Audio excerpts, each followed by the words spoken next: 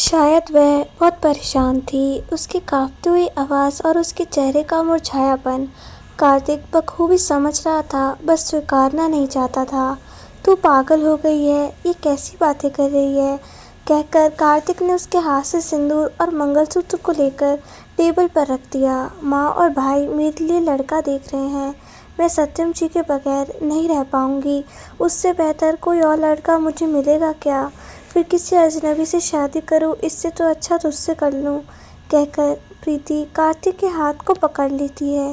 "प्रीति, तुम समझ नहीं रही हो। तुमसे शादी करना तो मेरे दिमाग में कभी आया ही नहीं। ये तो दूर दूर तक मैंने कभी सोचा भी नहीं।"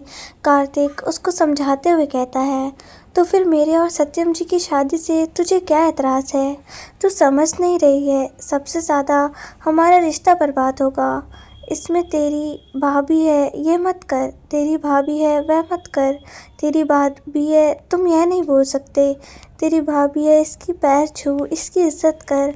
सब बोल बोल के हम दोनों को पराया कर देंगे। और तू ही सोचना, क्या भाई उन्हें अच्छा लगेगा मेरा तेरे साथ इस तरह से रहना? आज कुछ भी मन में होता है तो उसे बोल देता हूँ। कल को बोलूँगा तो भाई सबसे पहले कहेंगे कि मेरी बीवी से ऐसी बातें क्यों करता है।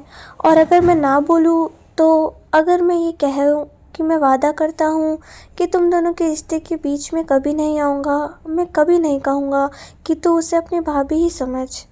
वो तेरी दोस्त है और हमेशा तेरी दोस्त रहेगी।" सत्यम अंदर अपने कदम बढ़ाते हुए कार्तिक को देखकर कह रहा था। कार्तिक की नज़र सत्यम से मिली और वह मुस्कुराकर बोला, "सब बदल जाएगा भाई।" प्रीति बिना कुछ बोले कार्तिक के कैबिन से निकल गई। पहले कार्तिक और फिर सत्यम प्रीति को जाते हुए देखता है। सत्यम कार्तिक को समझाते हुए फिर से बोला, "मैं प्यार करता हूँ उसे और वो भी करती है। तेरी दोस्त है इसलिए तेरे खिलाफ जाकर मुझसे शादी नहीं करना चाहती। एक बात बता, क्या तुझे लगता है कि मैं उसके लिए सही जीवन साथी नहीं हूँ?" "कैसी बातें कर रहे हैं भाई आप? मुझसे बेहतर हैं आप हर मामले में, चाहे बिजनेस हो या फिर रिश्ते। आप हर चीज़ बेहतर संभालते हैं, तो दे देना अपने दोस्त मुझे। प्रॉमिस करता हूँ पूरी ज़िंदगी संभल कर रखूँगा और तुम दोनों के बीच में नहीं बोलूँगा।" कार्तिक अपने भाई को देख रहा था। बड़ा भाई होते हुए भी वह अपना रौब छोटे भाई से अपनी बात नहीं मनवा रहा था, बल्कि प्यार से उसके दोस्त का हाथ मांग रहा था। कार्तिक खुद में ही मुस्कुराकर सोचने लगा, अगर सत्यम जिद करे तो प्रीति तो भागती हुई उससे शादी करने को तैयार हो जाएगी। अगर एक भाई अपने छोटे भाई की खुशी के लिए रुका हुआ है तो क्या कार्तिक को नहीं सोचना चाहिए 2 बार अपने भाई और अपने दोस्त के लिए? सत्यम कार्तिक को अपनी सोच में खोया हुआ पाते हैं। उसे अपनी सोच में देख सत्यम भी उसके कैबिन से निकल जाता है। वह बाहर आया तो चेयर पर प्रीति बैठे दिखाई दी। "तुम गई नहीं?" सत्यम प्रीति की ओर बढ़ते हुए बोला। प्रीति उठी और सत्यम की तरफ दौड़ते हुए आई। सत्यम प्रीति को अपने गले लगाकर समझाते हुए बोला, "मान जाएगा और हमारे लिए भी अच्छा है ना। अब घर वाले हमारे दुश्मन है नहीं, तो धूप धूप के मिलने से मज़ा नहीं रहा हमें।" प्रीति सत्यम को नहीं छोड़ रही थी। सत्यम उसका हाथ पकड़कर अपने साथ खींचते हुए कैबिन में लेकर आ गया।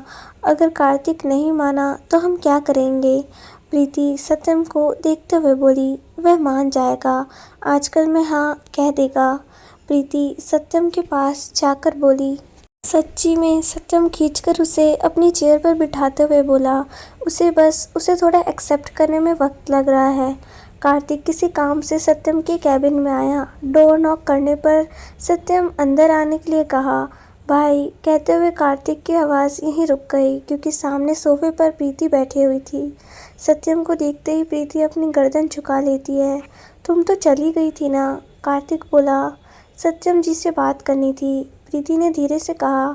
कार्तिक एक बार प्रीति को और एक बार अपने भाई को देखता है और फिर फाइल सत्यम के हाथ में देते हुए कहता है, "आप एक बार देख लीजिएगा, मैं अपने कैबिन में ही हूँ।" कहकर वह बाहर निकल गया।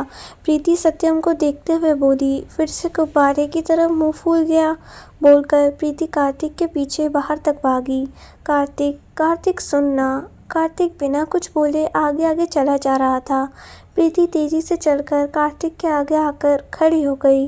अपने दोनों हाथों को बांधकर कार्तिक को देखकर बोली, नाराज़ होकर भाग रहा है ना मुझसे? तू मेरी बात नहीं सुनती है आजकल। सब सुनती हूँ, तभी तो उनसे दूर बैठी हुई थी। तुझे पता है सत्यम जी को देखकर उनसे दूर रहना कितना मुश्किल होता है। रहते वक्त प्रीति कार्तिक के शर्ट के बाजू को पकड़कर खींच रही थी। तू बोल तो फाड़ के फेंक दूँ शर्ट को यहीं पर। तब से खींचती जा रही है। कार्तिक बोला, मत फेंक, नहीं तो सब कहेंगे प्रीति के लिए मजनू बन गया। कहकर प्रीति हंसी। कार्तिक उसके कंधे पर हाथ रखकर उसे अपने साथ कैबिन में ले जाते हुए बोला, मैं पीछे नहीं हटी। तू सच में प्यार करती है सत्यम से? कार्तिक, आज से नहीं, 16 साल की उम्र से पहले मुझे लगा अट्रैक्शन है, लेकिन वक्त के साथ और गहरा हो गया। कभी बताया नहीं तूने मुझे, और नहीं इस बात का एहसास होने दिया। कार्तिक प्रीति की ओर देखकर बोला, ये प्यार है, इस बात का एहसास मुझे था, पर पहले मैं सत्यम जी से कहना चाहती थी, फिर तुझे। प्रीति ने कहा, हो गया ना पहले मुझसे पहले भैया, देखा आ गया ना मुझसे पहले भाई। कार्तिक, कल को जब तू शादी करेगा तो क्या तू अपनी बीवी से प्यार नहीं करेगा? तो क्या मुझसे पूछकर करेगा? मतलब तुम और भाई दोनों प्लान करके आज बैठे थे ना कि मुझे परेशान करोगे? नहीं, हम दोनों तय करके आए थे कि तुझे मनाएंगे, क्योंकि तुझे मनाए बगैर ना सत्यम जी मुझसे शादी करेंगे ना मैं सत्यम जी से। वैसे भी बहुत देर से बैठी हुई हूँ, भूख भी लगी है, कुछ मंगा दे खाने को। कहकर आराम से सोफे पर जाकर प्रीति बैठ गई। कार्तिक ने मुस्कुरा कर देखा।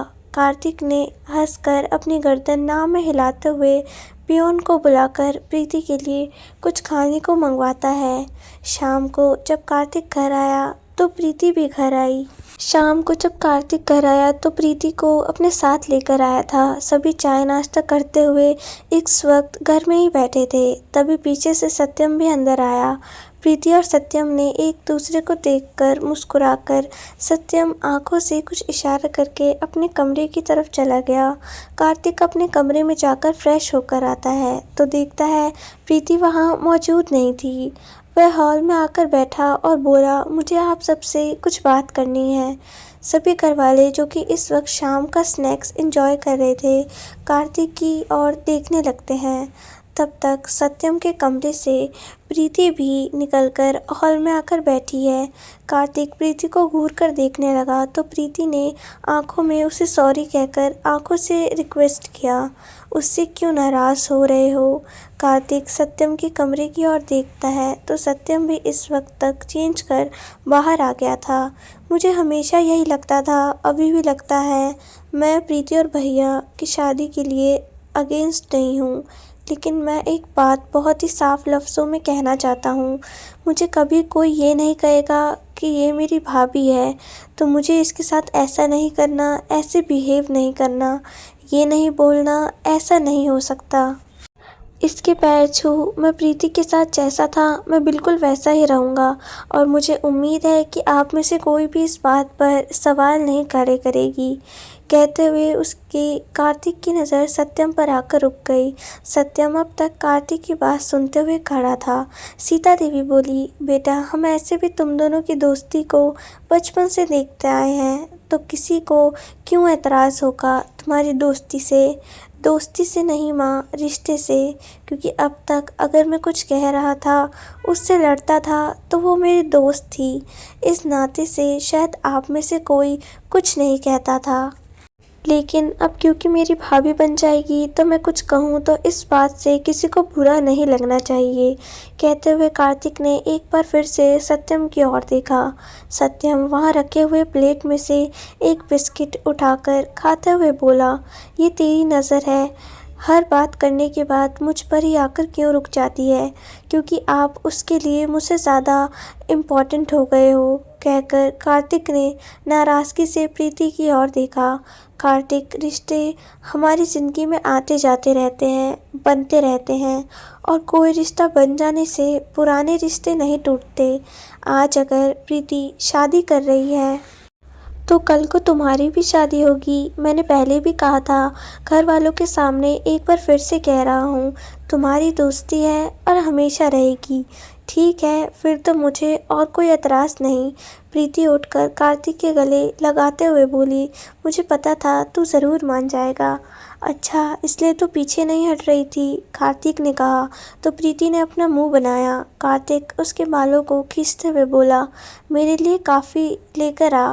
प्रीति दौड़ते हुए किचन की ओर चली गई।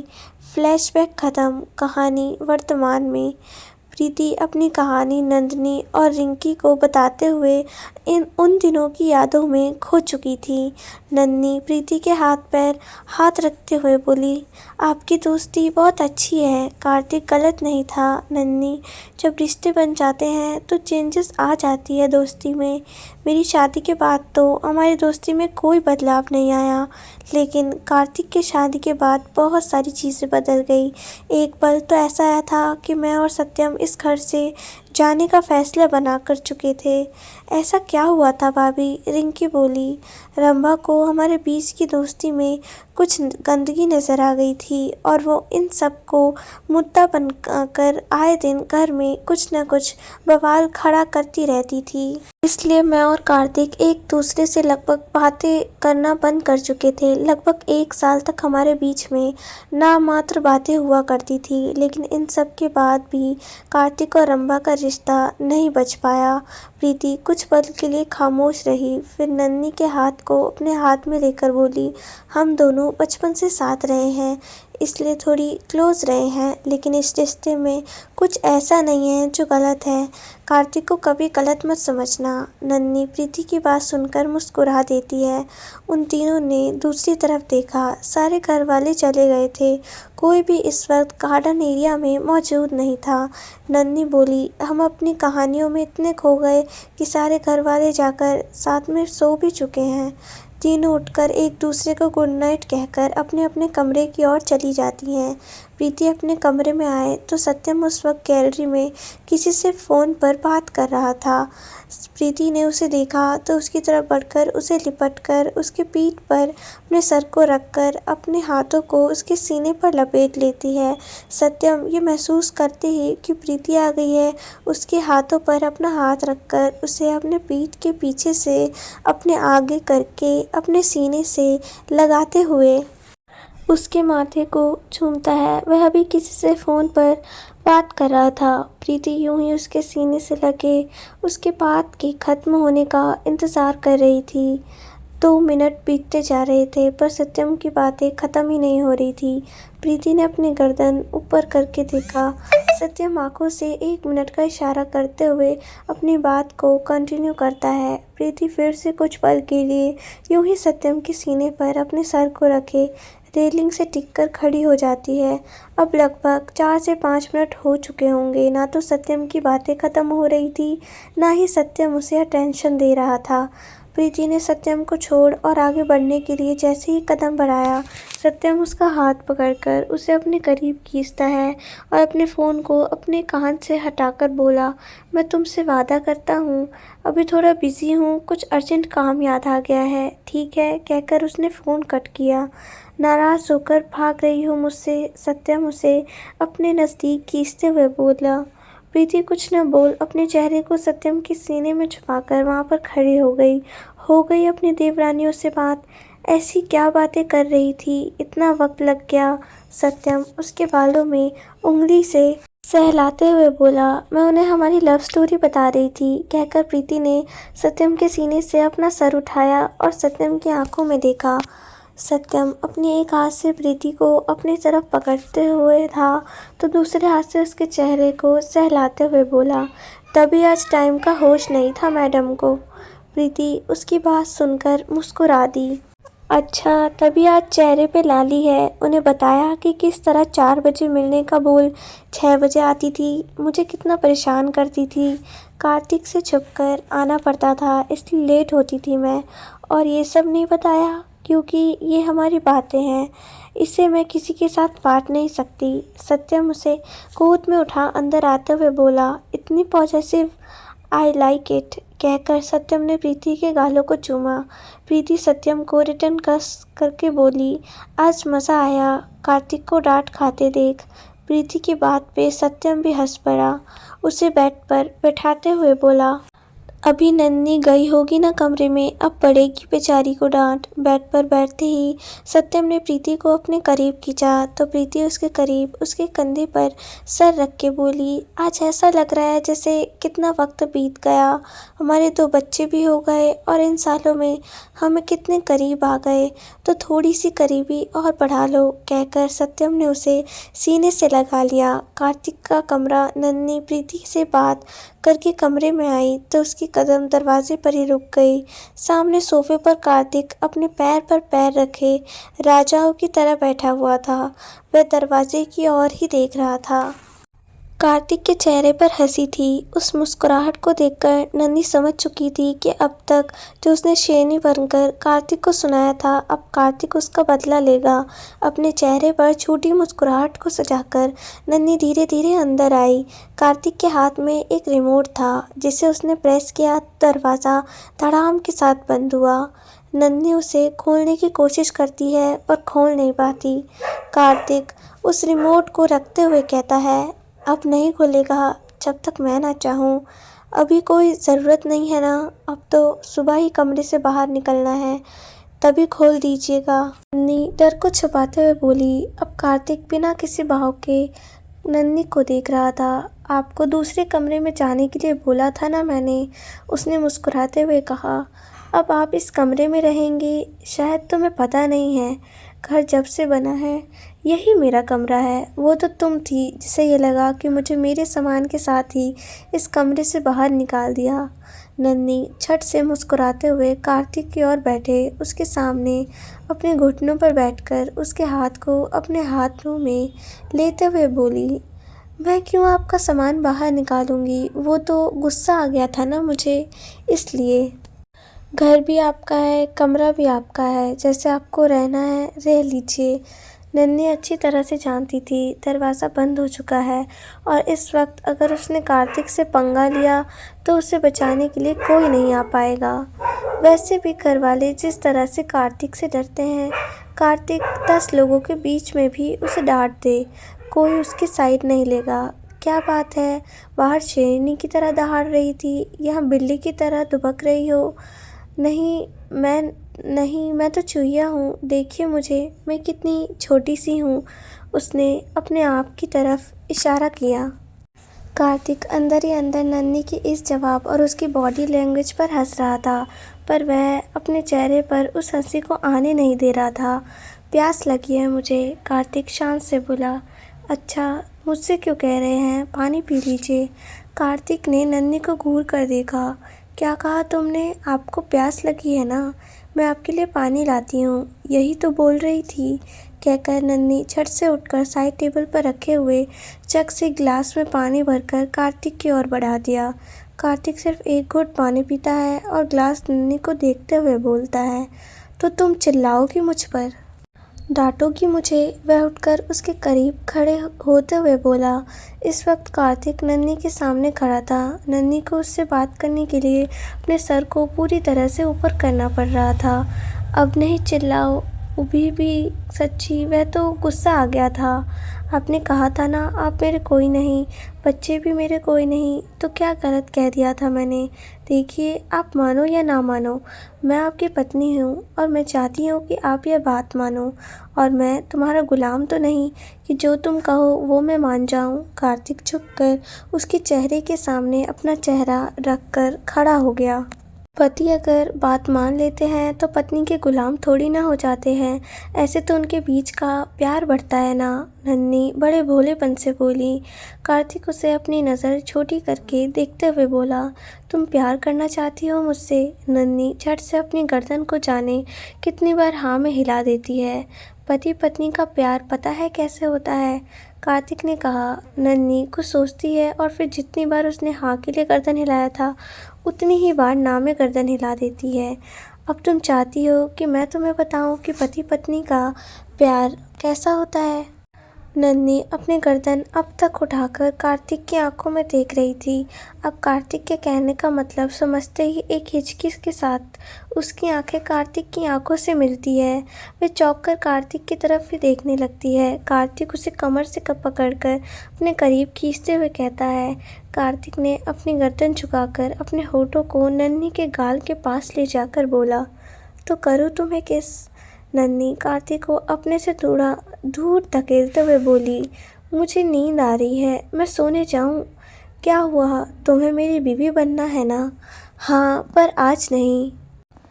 आज बहुत लेट हो गया है ना, मैं कल आपकी बीवी बन जाऊंगी।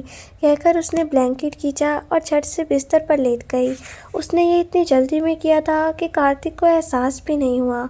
वह देखता ही रह गया और अब तक नन्ही अपने आप को सर से लेकर पैर तक ब्लैंकेट में कवर की हुई बिस्तर पर सोई हुई थी। उसके इस भोलेपन पर वह खुद भी मुस्कुराया। वह इस बात से इनकार नहीं कर सकता था कि नन्ही की मासूमियत उसे नन्ही के दूर नहीं बल्कि नन्ही के करीब ला रहे थे। वह कार्तिक पर जितना चिल्ला कर आई थी उतना तो आज तक उसने किसी का सुना भी नहीं था, और फिर भी एक पल के लिए भी उसने नन्ही का अपमान करने के लिए अपने घर वालों के सामने कुछ भी ऐसा नहीं किया जिससे कि उसका अपमान हो। कार्तिक नाव में अपनी गर्दन हिलाकर नन्ही की ओर देखा और फिर खुद भी आकर बिस्तर पर लेट जाता है। उसने अपनी आंखें बंद की थी कि उसकी नज़रों के सामने फिर से वे सारी तस्वीरें जो उसने ऑफिस में नन्ही और उस लड़के की देखी थी वह आने लगती है, और वह झटके के साथ अपनी आंखें खोल नन्ही को देखने लगता है जो शायद अब तक सो चुकी थी। सुबह सुबह से ही नन्ही आज बहुत खुश थी। सुबह उठकर नहाकर लाल रंग की सलवार कमीज पहनकर उसने अपने आप को आईने में देखा और फिर कार्तिक को देखा जो अभी नन्ही के तकिए को नन्ही समझकर पकड़कर सोए हुए था। नन्ही ने अपनी होशियारी पर अपने आप की पीठ थपथपाई। सुबह जब उसकी आंख खुली तो कार्तिक नन्ही को अपने सीने से लगाए सोए हुआ था। नन्ही ने अपने दिमाग को चलाया और अपनी जगह अपने तकिए को कार्तिक के हाथ में डालकर बिस्तर से उतर गई, और ये कार्तिक जी नन्ही के तकिए को पकड़कर अब तक सोए हुए हैं। एक नज़र अपने आप को आईने में देखकर नन्ही नीचे आ गई। पूजा घर में जाकर पूजा करने के बाद अपना सूटकेस पैक करने में लग गई थी। उसको अपने मायके जाने के बाद अपने मामा के घर सगाई में जाने वाली थी, इसलिए सीता देवी ने उसे अपने कमरे में बुलाया था। आपने बुलाया मुझे मम्मी जी? नन्ही आओ। नन्ही आकर बैठ जाती है। तुम अपने भाई की सगाई में जाने वाली हो तो इसलिए मैं तुम्हारे लिए कुछ लाई थी, कहते हुए उन्होंने एक छोटा सा बैग नन्ही के सामने रख दिया। ये क्या है? कहते हुए नन्ही ने उस बैग को खोल भी दिया। उस बैग में एक साड़ी और कुछ गहने थे। नन्ही उस गहने को देखने के बाद सीता देवी को देखती है। ये क्यों मम्मी जी? ये तुम्हारे लिए, तुम्हें इनमें से जो भी पसंद हो तुम सगाई में पहन लेना। नन्ही को हैवी गहने पहनना बिल्कुल पसंद नहीं था, पर वह समझ नहीं पाई कि कैसे मना करे। सीता देवी की अनुभवी आंखों ने नन्ही के नज़रों में उन गहने को देखकर आई हुई उलझन को देख रही थी। क्या हुआ, पसंद नहीं आए तुम्हें? सीता देवी ने बहुत ही प्यार से पूछा। ऐसा नहीं है मम्मी जी, ये सब तो बहुत सुंदर है, पर मुझे इतनी हैवी ज्वेलरी पहनने की आदत नहीं है, और ये सब महंगे भी हैं। सीता देवी उन गहनों को और कपड़ों को फिर से बैग में डालकर बैग को बंद करती है और नन्ही के बगल में बैठकर बोली, देखो नन्ही, कुछ बातें मैं तुमसे कहना चाहती हूँ, बुरा मत मानना। एक माँ होने के नाते कह रही हूँ। तुम मेरी बेटी होते के नाते सुन लो। जब तक तुम्हारी शादी नहीं हुई थी तब तक तुम अपने पापा के घर की इज्जत थी। नन्ही लगातार उनकी आंखों में ही देख रही थी। जरा भी गुस्सा या चिड़चिड़ा उसे नहीं आता था उनकी बातों पे। सीता देवी सच में बहुत ही सभ्यता से बोलना जानती थी। वह आगे बोली, लेकिन जिस दिन एक लड़की की शादी हो जाती है उसके सर पर एक साथ दो दो परिवार की इज्जत आ जाती है। अब कपूर परिवार की मान मर्यादा का भी तुम्हें ध्यान रखना है। इस घर के अंदर अब तुम्हें कभी नहीं रोक टोक करेंगे। तुम रिंकी और प्रीति को देख सकती हो। ना हमने कभी उसके कपड़ों के लिए रोका और नहीं ये कहा कि भारी भरकम ज्वेलरी पहन कर रखे, पर जब चीज़ त्योहार हो, शादी विवाह होता है, उस वक्त हम समाज के सामने होते हैं और ये समाज देखता है कि हम अपनी बेटियों को, अपनी बहू को किस तरह से रखते हैं। बेशक तुम नहीं पहनती हो इतनी हैवी गहना, और मैं कहूँगी भी नहीं कि हमेशा पहनो, बस 2 घंटे के लिए ही सही। जब तुम उसे सगाई में रहो इन्हें पहन लेना। घर जाकर बेशक खोलकर अलमारी में रख सकती। नन्ही समझ रही थी उनकी बात। इतनी बात उसके पापा ने भी उसे जब जब आते थे सिखाया करते थे, लेकिन ये बहुत महंगे हैं, मुझसे गुम हो गए तो। उसने अपने मासूम मन में आए हुए सवाल को पूछ लिया। ये गहने तुमसे ज़्यादा कीमती नहीं हैं और ना ही कपूर परिवार की इज्जत से ज़्यादा कीमती हैं। हाँ, संभाल के रखना तुम्हारी जिम्मेदारी ज़रूर है, पर अगर गुम हो गए तो कभी ये मत समझना कि हम तुमसे सवाल करेंगे। ये सब तुम्हारा है। नन्ही ने हाँ में अपनी गर्दन हिलाई और उसे बैग की ओर देखने लगी। सीता देवी मुस्कुराकर उसके चेहरे को अपनी तरफ घूमकर कहती हैं, कुछ घंटों के लिए पहन लेना, उसके बाद तुम्हारा जो मन करे पहन लेना। मैं फ्रॉक और जीन्स पहन सकती हूँ? मैं पहले यही पहना करती थी। नन्ही ने झट से पूछा। तुमने प्रीति और रिंकी को नहीं देखा इन कपड़ों को पहने हुए? सीता देवी ने कहा। नन्ही ने झट से गर्दन को 3-4 बार हिलाया। तो जब वह इस घर की बहू होकर पहन सकती है तो तुम तो अभी इस घर में पहन सकती हो। नन्ही झट से सीता देवी के गले लग गई और बोली, आपको पता है आप बहुत अच्छी हैं। सीता देवी उसकी बात सुनकर मुस्कुराई। उसकी पीठ को सहलाने के बाद उसे सामने उसकी आंखों में देखते हुए बोली, मैं जानती हूँ नन्ही, जैसे मानो हैरान हो गई हो। तो सीता देवी नन्ही हैरान से देख रही थी। प्रीति और रिंकी भी यही कहते हैं, इसलिए कहकर वह थोड़ा सा हंसती। आप सच में एक माँ की तरह मुझे समझाया है। मैं हमेशा इस बात का ख्याल रखूंगी कि मेरे कारण जिस तरह कभी मेरे पापा के मान सम्मान पर कोई आँच नहीं आई, ठीक उसी तरह से मैं कपूर परिवार की मान सम्मान को हमेशा बनाए रखूं। सीता देवी सूटकेस उसके हाथों में थमाते हुए बोली, और मुझे पूरा उम्मीद है ये तुम कर लोगी। निकलती हूँ। तभी सीता देवी ने नन्ही को रोका। पलटती है तो सीता देवी उसके पास आते हुए बोली, पति पत्नी के बीच नोक-झोंक झगड़ा सब होता है। आज तुमने, कल जो तुमने कार्तिक को डांटा वो सभी को अच्छा लगा, पर कुछ है जो मुझे तुम्हें कहना है। नन्ही शांत होकर उनकी बातों को सुनने लगी। पति है वह तुम्हारा, हाँ गुस्से वाला है, और मैं ये भी नहीं कहूँगी कि उसे मत डांटो। तुम्हारे ससुर जी भी कभी कुछ ऐसा करते हैं तो मैं भी उनसे नाराज़ होती हूँ। मैं भी उन्हें कुछ कह देती हूँ, पर ये परिवार के बीच में या समाज के बीच में नहीं होना चाहिए।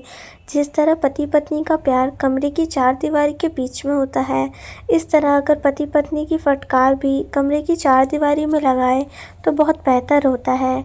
नन्ही समझ गई कि सीता देवी को नन्ही ने जिस तरह से कार्तिक को पूरे परिवार के सामने डांटा वह पसंद नहीं आया।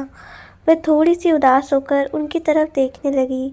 तुम्हें ही नहीं कह रही हूँ, अब कार्तिक बाहर आएगा ना, यही बात उससे भी कहूँगी। वह भी तुम्हें पूरे परिवार के सामने उस तरह से नहीं डांट सकता और नहीं बदतमीजी से बात कर सकता है।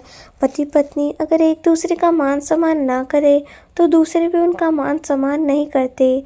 नन्ही जब अपने कमरे में आई तो कार्तिक बिस्तर पर ही था। बाथरूम से पानी की आवाज़ आ रही थी। नन्ही मुस्कुराकर अलमारी से कार्तिक के सारे कपड़े निकालने लगी, पर चारों तरफ देखा तो उसे याद आया, कल इस कमरे से उसने कार्तिक के सारे कपड़े हटा दिए थे। वह अपने आप से बोली, नहाने तो चले गए, अब पहनेंगी क्या? तभी कार्तिक बाथरूम से बाहर आया, सफ़ेद कलर का बाथरोब की डोरी को बांधते हुए अपने गले में टॉवल को लटकाए। नन्ही उसे देखते रह गई। ये बात तो जितनी भी कहे उतनी कम है कि उसका हस्बैंड बहुत ज़्यादा हैंडसम है। ये तो हो गई तुम्हारी तैयारी। कार्तिक की आवाज़ ने उसे अपने ख्यालों से बाहर लाया। मम्मी जी ने एक और सूटकेस दे दिया, अभी इसे भी लेकर जाना होगा। कार्तिक उसके सामने आकर खड़ा हुआ और गले से टॉवल लेकर अपने बालों को उस टॉवल से पोंछने लगा। नन्ही मुस्कुराकर कार्तिक को देख रही थी, जो कि कार्तिक को भी महसूस किया।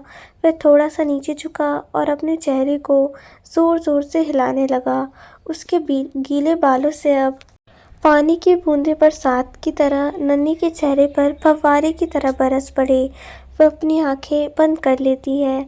कार्तिक सीधी खड़ा हुआ और उसकी तरफ देखकर बोला, अब इतना घूर घूर कर देखोगी तो मुझे नज़र नहीं लग जाएगी नन्ही? अपना मुंह बनाकर अलमारी की तरफ जाते हुए बोली, बीवी की नज़र नहीं लगती। एक बात बताइए, आपके तो कपड़े ही नहीं हैं यहाँ पर, तब क्या पहनोगे? आगे की कहानी सुनने के लिए चैनल को सब्सक्राइब, वीडियो को लाइक, कमेंट और शेयर ज़रूर करें।